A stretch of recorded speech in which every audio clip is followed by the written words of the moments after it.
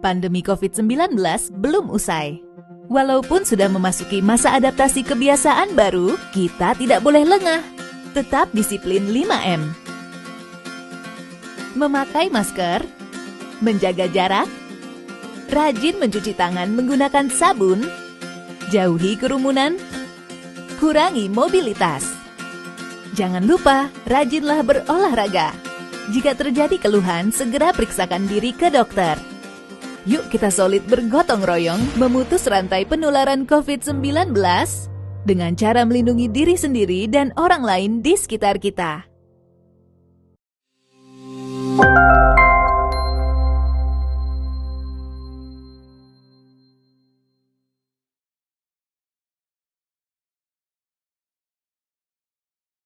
Mari adik-adik, kita berdoa dulu sebelum mendengarkan firman Tuhan ya.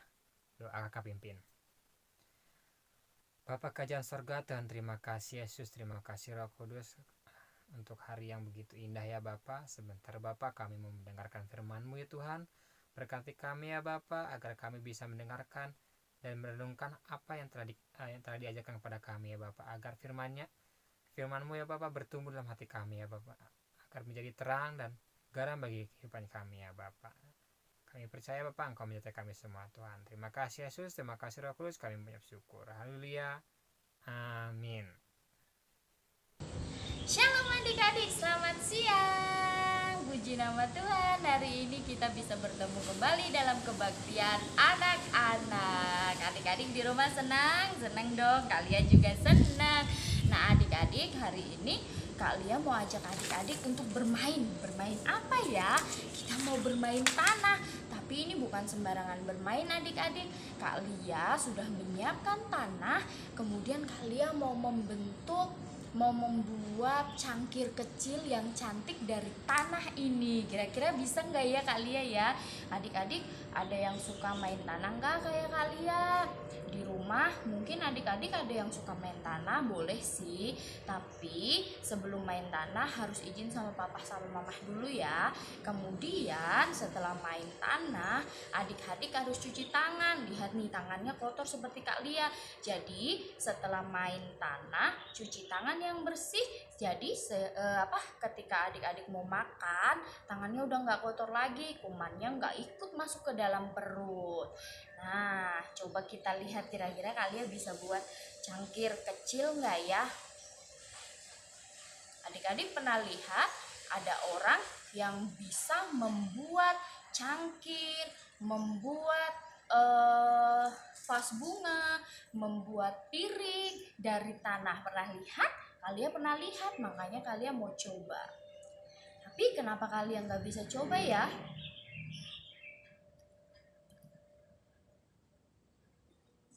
Wah, ternyata tanahnya susah sekali adik-adik dibentuk. Kenapa ya? Ada yang tahu alasannya? Betul, karena ini bukan tanah yang biasa digunakan untuk membuat cangkir, ataupun membuat piring, ataupun membuat vas bunga, ataupun membuat bejana. Ini tanah biasa yang ada di kebun yang biasanya ditanami tanaman seperti kangkung, bayam, dan lain sebagainya. Tanah yang biasa digunakan untuk membuat cangkir atau piring atau vas bunga atau bejana dan lain sebagainya adalah tanah liat. Adik-adik tahu tanah liat itu apa? Tanah liat itu ini namanya tanah liat. Tanah ini bisa adik-adik dapatkan di kebun kalau adik-adik mau menggali sedalam kira-kira 1 meter, baru adik-adik bisa menemukan tanah liat. Wah, susah sekali ternyata ya. Nah, tanah liat ini bisa dibentuk jadi berbagai macam barang. Nih contohnya, ada orang yang sedang membuat sepertinya vas bunga dari tanah liat, dan lihat hasilnya. Wah, sepertinya akan menjadi vas bunga yang cantik. Nah adik-adik kalau lihat ini, gambar ini, Kak Lia ingat sesuatu deh. Pada zaman dahulu, zaman orang-orang di kerajaan Yehuda, hiduplah seorang nabi. Nah, siapa yang tahu apa itu nabi? Nabi itu adalah orang yang dipilih Tuhan, yang diutus Tuhan untuk menyampaikan pesan Tuhan kepada orang-orang yang Tuhan kehendaki. Bisa untuk suatu bangsa atau bisa untuk orang-orang tertentu. Dia adalah nabi. Lah, nabi ini siapa namanya? Siapa ya kira-kira? Dulu waktu kapan itu kalian pernah cerita loh tentang nabi ini. Nama nabi ini adalah Nabi Yeremia. Nabi siapa adik-adik? Yeremia. Betul. Suatu hari Nabi Yeremia ini diutus oleh Tuhan untuk pergi ke sebuah tempat. Tempat ini adalah tempat di mana seorang penjunan itu adalah orang-orang yang pintar membuat bejana dari tanah liat.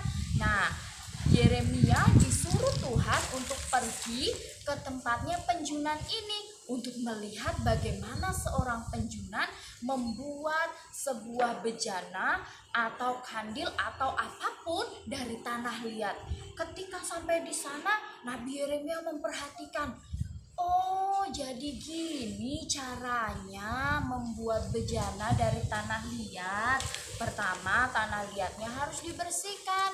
Setelah itu tanah liatnya ditaruh di sebuah tempat. Ini tempatnya adik-adik, tempatnya bisa putar sendiri loh. Kemudian dibentuklah sesuai dengan keinginan sang penjunan itu. Tapi ketika bejananya sudah mulai jadi, lalu si penjunan melihat bahwa bentuknya sepertinya bentuknya kurang bagus. Sepertinya di bagian yang sebelah kiri ini agak kurang bagus begitu, agak sedikit retak adik-adik. Kalau begitu dirubah lagi deh.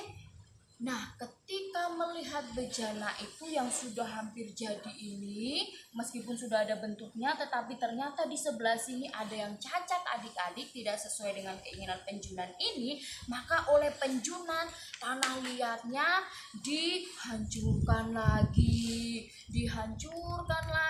Untuk apa? Agar bisa dibentuk lagi menjadi bejana yang lain. Nah, kira-kira tujuan Tuhan mengutus Nabi Yeremia untuk datang ke tempatnya penjunan itu apa ya adik-adik? Apakah Tuhan menyuruh Yeremia untuk membeli sebuah bejana? Tidak. Apakah Tuhan menyuruh Yeremia belajar dari penjunan ini untuk membuat bejana, kemudian Yeremia harus menjadi penjunan juga? Tidak. Ternyata Tuhan ingin menunjukkan bahwa Tuhan tuh sangat mengasihi manusia. Waktu itu khususnya adalah bangsa Yehuda.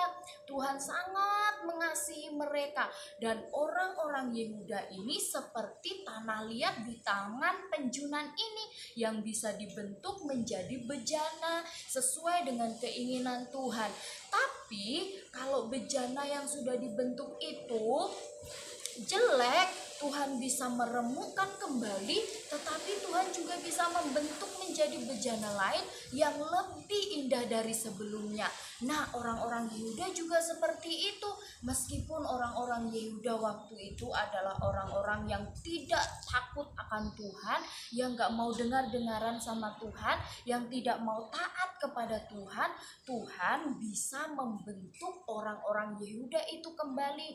Tuhan bisa membuat orang-orang Yehuda itu menjadi orang-orang yang baik. Melalui apa? Bisa melalui peperangan, bisa melalui teguran-teguran dan lain sebagainya yang Tuhan lakukan untuk orang-orang Yehuda, agar orang-orang Yehuda berubah menjadi orang-orang yang baik. Nah, adik-adik, ternyata bukan hanya orang-orang Yehuda loh, kita juga orang Indonesia, kita itu juga seperti bejana tanah liat di tangannya Tuhan.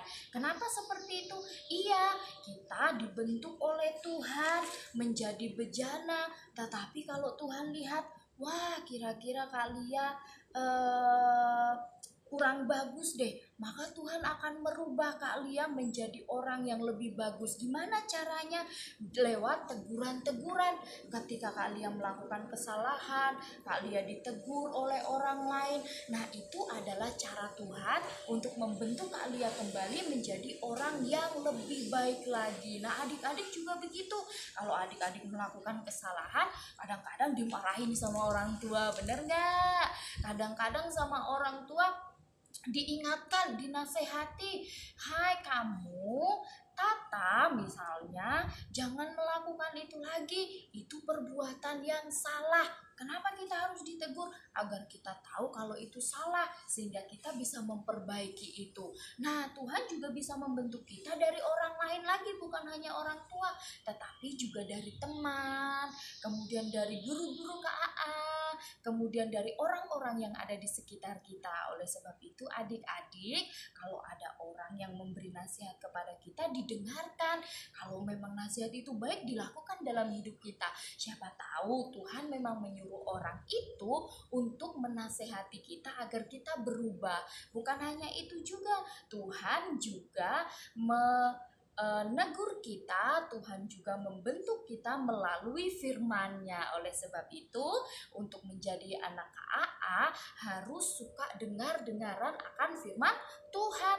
Kalau pas ibadah KAA, jangan sambil main, jangan sambil tidur. Nanti firman Tuhannya nggak didengar dengan baik. Kalau kita nggak bisa mendengar firman Tuhan dengan baik, kita tidak bisa melakukan firman itu. Kalau tidak bisa melakukan firman itu, maka hidup kita akan sama saja dong. Kita tidak berubah menjadi orang yang lebih baik. Tapi kalau kita mendengarkan firman Tuhan dengan baik, kita ikuti firman Tuhan itu, kita lakukan di dalam kehidupan kita, maka kita sedang dibentuk oleh Tuhan menjadi orang-orang yang luar biasa, menjadi orang-orang yang hebat, menjadi orang-orang yang lebih baik. Adik-adik mau jadi orang hebat? Angkat tangannya dong. Iya, semuanya mau. Adik-adik mau jadi orang yang terbaik? Angkat tangannya dong. Kalian juga mau? Kalau mau, mari dengar-dengaran firman Tuhan dan lakukan firman Tuhan itu dalam kehidupan kita. Oke, hari ini kita akan membaca ayat mas. Ayat masnya apa ya? Yeremia pasal 29 ayatnya yang ke-11. Ikuti. Apa tadi? Yeremia pasalnya yang ke-29 ayatnya yang ke-11. Demikian firman Tuhan. Sebab aku ingin mengetahui rancangan-rancangan apa yang ada padaku mengenai kamu. Demikianlah firman Tuhan, yaitu rancangan damai sejahtera dan bukan rancangan kecelakaan, untuk memberikan kepadamu hari depan yang penuh harapan. Terima kasih untuk ibadah hari ini adik-adik. Mari ikuti kehendak Tuhan, lakukan firman Tuhan, karena di dalam firman Tuhan ada rancangan Tuhan yang Tuhan ingin nyatakan bagi setiap kita, agar kita menjadi orang-orang yang hebat. Tuhan Yesus memberkati. Shalom. Mari adik-adik kita tutup dalam doa ya. Bapa kerajaan sorga, Tuhan terima kasih Yesus, terima kasih Roh Kudus untuk firman-Mu yang telah Kakak Lia sampaikan pada kami ya Bapa. Berkati Tuhan firman-Mu ya Bapa, agar menjadi berkat bagi kami ya Bapa, agar kami bisa melakukan sesuai dengan kehendak-Mu ya Bapa. Kami percaya Bapa, Engkau memberkati kami semua ya Bapa. Berkati kedua orang tua kami, kakak adik kami, saudara-saudara kami ya Bapa. Berkati aktivitas kami Bapa dari pagi sampai nanti malam nanti Bapa. Kami percaya Bapa, Engkau menyertai kami semua. Terima kasih Yesus, terima kasih Roh Kudus. Kami mengucap syukur. Haleluya. Amin.